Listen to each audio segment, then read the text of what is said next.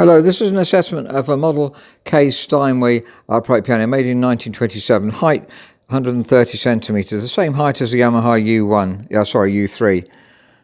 That's an 88-note Steinway. It's just come into stock and we're assessing it to see what sort of work needs doing, and from the outside straight away you can see quite a lot of work. The keys also, there's some keys lifting, there's some keys that have come off here, and they're quite yellow as well, so I'm not sure if we can rescue those, or we'll have to replace them. There's also veneer damage at the back there, and this caster's far too high.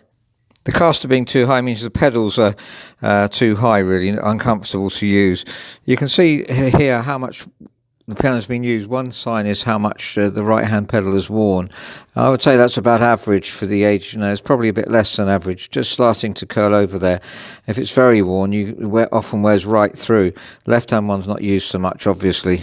The seller of the piano was actually called Whitworth. It was his grandfather, apparently, who owned this shop and sold this as a second-hand piano around about World War II.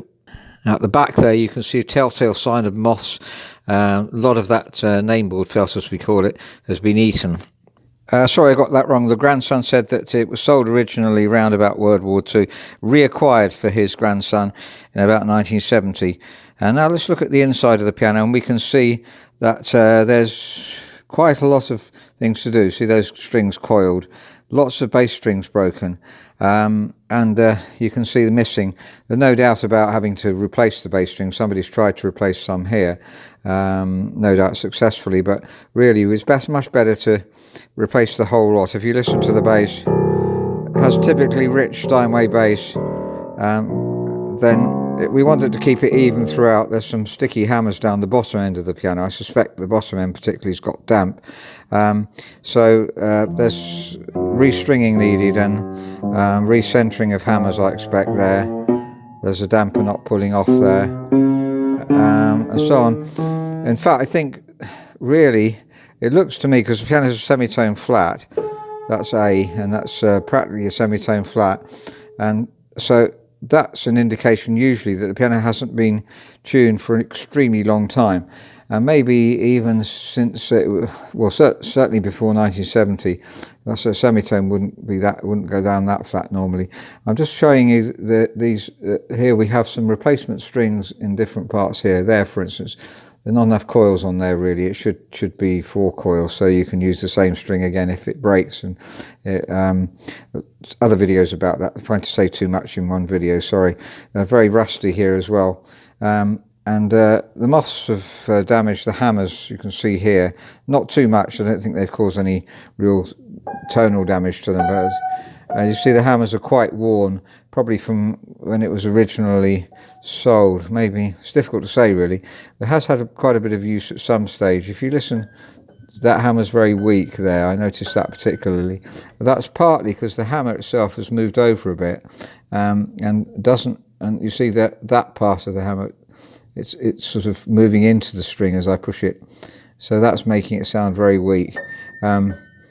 And refacing will bring a lot of the power back into it. It's a bit podgy sounding. Again, refacing, there's enough hammer to reface those, but we're going to consider possibly just fully restoring the whole piano, because straight away we can see how much work there is. I'm sure the moths have got in, though they haven't actually incredibly damaged the felts here. All the felts are still there. We've already treated it for moths because we don't want the moths to get into other pianos, so we've given it some, but I think the moth's long gone anyway. Anyway, we can't be too cautious really. Some of these tapes, there we see some of the tapes been taken off, put back on, I expect, and ended up curled round. So a huge amount of work to do on this piano.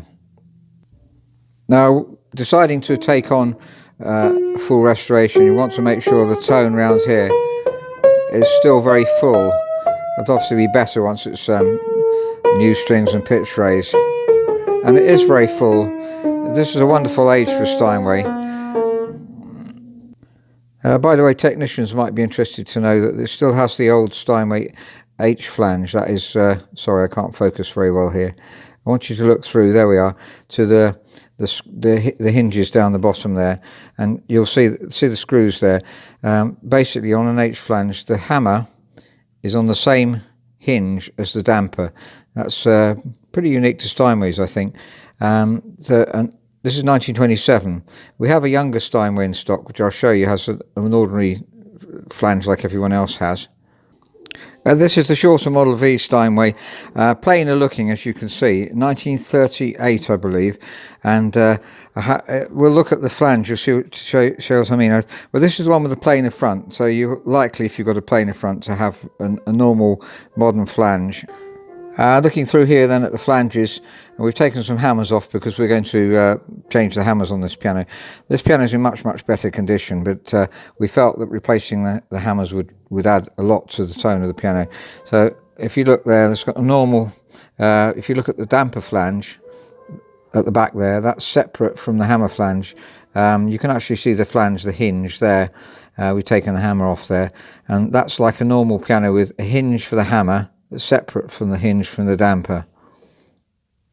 So back to the 1927 one, you see the damper, and there's the damper at the back there, and the hammer share the same hinge. There's a different pin for obviously for the damper, and the hammer here, a different pin for that, but the same hinge, just one hinge instead of two hinges. Now, we're used to working on these H flanges, so it's not a problem for us, though some technicians get a bit worried by them because they're so unusual. Now, looking down the bottom of the piano, the soundboard is obviously important. Though if there are cracks in the soundboard, that's not a problem. We can shim those. It's not that, as you'll see on other videos, that really counts. It's whether the soundboard's lost its crown or not. And generally, the soundboard is in very good condition. There's plenty of evidence of moth down here, so I'm veering much more towards full restoration of this piano, I think. So that's an assessment of the Steinway Model K in 1927, and it's all sorts of problems on it really, but underlying there's an excellent tone which, once we've restored it, will be restored to very similar to what it was originally, as near as we can get it obviously, but it's almost semitone flat, and some parts are even flatter. The new strings that have been put on and restrung, I don't think have been tuned almost since they were redone. Got some damp into it, the moth. So I think we're veering towards having to fully restore the piano, and in which case you'll see it on our stock list fully restored in probably about 3 or 4 months. Thank you very much for listening.